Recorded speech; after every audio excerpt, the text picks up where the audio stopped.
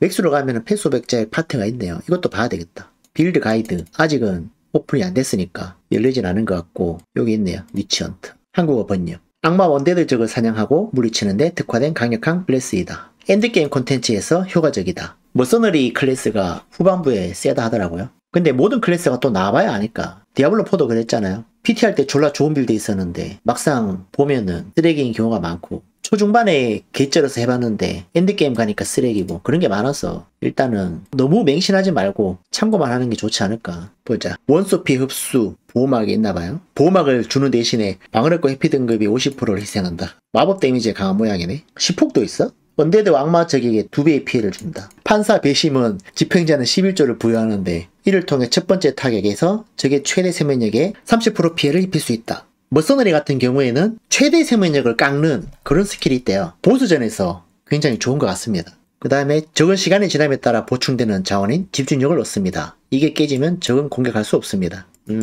적이 공격을 못하게 만드는 스킬이 있나 보네요. 다른 것도 볼까? 법사는 뭐죠? 크로노맨서. 이것도 추천하는 것 같은데. 소서리스 계열이구나. 시간 조작 메커니즘 활용. 와우 법사에 보면 시간 돌리기라고 있었거든요. 시간을 멈추는 건 아닌데 시도를 쓰고 위치를 이동하거나 스킬을 쓴 다음에 그 시도를 시간이 끝나거나 다시 눌렀을 때 그 시도를 쓰기 전으로 돌아가. 쿨타임이든 위치든 간에 그런 개념이 있었는데 여기도 비슷한지는 모르겠지만 시간 조작을 할 수 있다. 이거는 전략적인 게임 플레이를 할 수 있는 클래스네요. 그러고 보니까 커맨드 컨커 레드얼럿 연합군 슈퍼 무기가 크로노스피어잖아. 그건 순간이동이긴 하지만 시간이동도 하긴 하죠. 시간을 조작하고 쿨다운을 재설정할 수 있다. 뭐뭐 있노? 스킬이 플레이어가 잠시 동안 시간을 멈출 수 있게 한다. 와, 이거 졸라 좋은데? 보스한테도 먹히는구나. 거의 생존기 개념이네. 와우. 파티 플레이 하면 좋겠구만. 그 다음에 모래 위의 발자국. 이것은 시간을 되돌려서 잃어버린 체력과 만화를 회복할 수 있게 한다. 아, 이것도 시간 되돌리기랑 비슷하네. 시돌도 그게 짜증이 났어. 시돌을 쓰고 나서 피 다 까놓잖아요.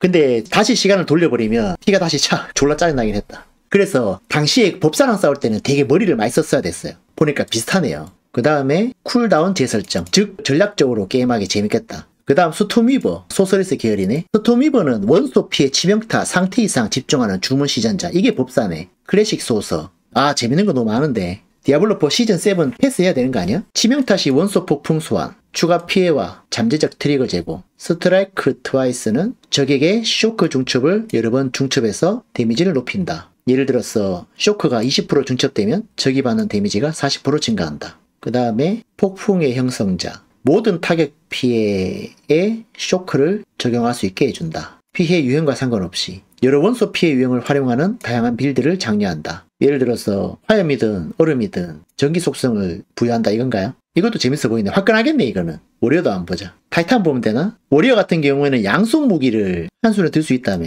토템 소환. 강력한 근접 전투 클래스. 보스를 상대하는데 탁월하다. 20% 확률로 슬램 능력의 피해를 2배로 늘릴 수 있는 강력한 메커니즘을 제공한다. 존나 세단 말이고 피해 2배니까. 지휘클이네요. 지휘클이. 충격 피해를 크게 증가시켜서 기절을 걸 수 있게 한다. 이게 보스전에서 강한 기절을 잘 걸 수 있게 하는 거네요. 그로기 수치 증가. 느린 공격과 높은 방어. 그 다음에 워브링어. 이게 워붕이야. 토템과 함성이야. 토템이 적을 공격할 수 있다. 주술사고만. 무적 상태 부여. 성기사네. 함성. 적의 시체 폭발. 소리 지르면 시체가 터져요. 괜찮네. 딱히 땡기진 않는다. 근데 그 다음에 위치 계열. 인퍼널 리스트는 변신하는 거 아니야? 헬하운드. 지옥사냥개 소환. 피해를 대신 받나봐. 와우의 악마 흑마처럼. 영혼의 골이었나? 이거는 액티브 스킬. 악마로 변신하면은 마나가 인퍼널 플레임으로 바뀌고 졸라 세지지만 일정 수치 이상일 때 유저랑 하수인이 피해를 입는 페널티도 있다. 그렇군요. 이게 변신이네. 캐스팅 속도와 피해를 크게 증가시킨다. 다만 비용이 들고 시간의 지남에 따라서 피해가 증가한다. 생명력이 1에 도달하면 변형이 끝난다. 그리고 스킬은 쿨다운에 들어간다. 이걸 잘 관리해야 된다 이거네요. 재밌어 보이네. 그 다음에 얼리 액세스에 나오는 네크로맨서 같은 게 블러드 메이지 이건가요? 이거 소환수 쓰는 거 아닌 것 같은데? 네크는 아직 없구나. 그냥 소환수를 쓰는데 뼈창 네크나 피창 이런 것처럼 소환수에만 의존하는 게 아니라 본체도 활동을 좀 해야 된다 이거네요. 실드 방탄복 사용. 보너스 생명력. 보호막 생기는 거네요. 다만 페널티가 있네. 인퍼널 리스트는 공격에 최적화된 빌드라면 블러드 메이지는 생존과 체력에 치중된 것 같네요. 죽은 적에게서 생명력을 회복한다. 보호막이 생긴다. 위치는 빡세 보이는데요? 우리가 생각하는 그런 조폭 레크 이런 게 아니네. 사실 디아블로4 조폭 레크도 생각보다 손이 바쁘다. 소환수 있으면 편할 거라고 느끼는 유저들에게 빅엿을 먹이는 그런 제작진의 의도네요. 어쨌든 제가 처음 해볼 거는 위치헌터, 그 다음에 스톰 위버, 그 다음엔 이제 사람들이 하다 보면은 이거 졸라 사기입니다, 졸라 재밌습니다 이런 게 있겠죠. 세 번째부터는 남들이 좋다는 거 한번 키워봐야 되겠다. 가장 안 땡기는 게 몽크는 패스할란다. 레인저나 한번 볼까? 데드아이 봐줘야지. 제가 패스 500절 원에서 했던 게 데드아이. 당시 내가 할 때는 데드아이 유저가 많다고 해서 한번 해봤죠. 활 캐릭입니다. 아주 클래식한 클래스죠. 저는 사실 활 캐릭을 그렇게 좋아하진 않아요. 스킬의 추가 투사체 부여, 이속 공속 증가, 빠른 스타일 촉진. 하지만 맞으면 사라진다. 야, 이거 빡시네. 한 대 맞으면 풀리는 거예요? 독수리의 눈깔, 공격에 대한 정확도 페널티를 없애서 항상 대상을 맞춘다. 이 게임 명중이 있구나. 당연히 있겠죠. 데드아이 빌드 쓰면은 명중은 생까고 피해랑 치명타에 집중할 수 있게 한다. 와, 이거 좋네. 데드아이 해가지고 석공차도 타격감 느낄 수 있다 하니까 저거 해볼까? 패스파인더는 독이네. 약물, 독극물 이런 걸 쓰고 독 광력도 있고, 패스 500짤2는 적 한 명당 독 스택 1개다. 다만 고유한 아이템과 전미사를 포함한 다양한 방법으로 제한을 늘릴 수 있다. 기본적으로 1개라 이 말이구나. 그래서 독 스택을 더 늘려주는 스킬이 있나 보네요. 중독 효과 늘리는 거. 그 다음에 달리기 공격, 무빙샷이 된다 이거네요. 이동 중에 공격을 하면은 이속 페널티 30% 감소. 근데 이 이동 속도 효과를 완전히 무효화하는 게 이 스킬이네요. 이것도 좋다.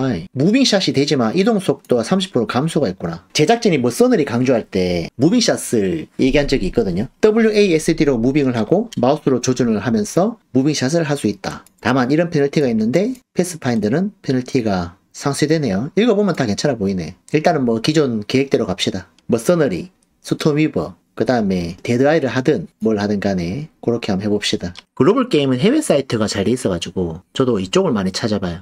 7일 새벽 5시에 오픈합니다. 그래서 저는 7일 새벽 4시쯤 방송 켜가지고 준비하다가 5시에 바로 달리려고요. 근데 서버 터질 것 같은데. 패스 500짜리 원도 시즌 오픈하는 날에는 서버 터진다며. 야, 이것도 서버 관리 잘해야 되겠다. 오픈했는데 서버 터지고 이러면 게임 잘 만든 거는 걔나 갖다 주고 욕 존나 먹거든요 진짜. 어쨌든 그날까지 여러분들 체력 관리 잘 하시고 저도 체력 관리 해야 됩니다. 수요일에는 늦게 켜가지고 리니지 키우기 하고 목요일 쉬고 금요일 새벽부터 풀로 가는 걸로 그렇게 합시다. 여러분들은 무리하지 말고 푹 쉬어야 됩니다. 아시겠죠? 하루만 쉬면 안 돼요. 게임 빡시게 하시는 분들은 한 2, 3일 정도 넉넉하게 쉬어야 돼요. 그래야 달린다니까. 맞죠? 그래서 체력 관리 차원에서 오늘 여기까지 하고요. 내일 또 좋은 정보 있으면 공유해 보도록 합시다. 저도 체력 관리해야 달리죠. 게임하다가 졸 순 없잖아요. 아, 너무 달렸어요. 피곤하네요. 안 되죠. 여기까지 할게요.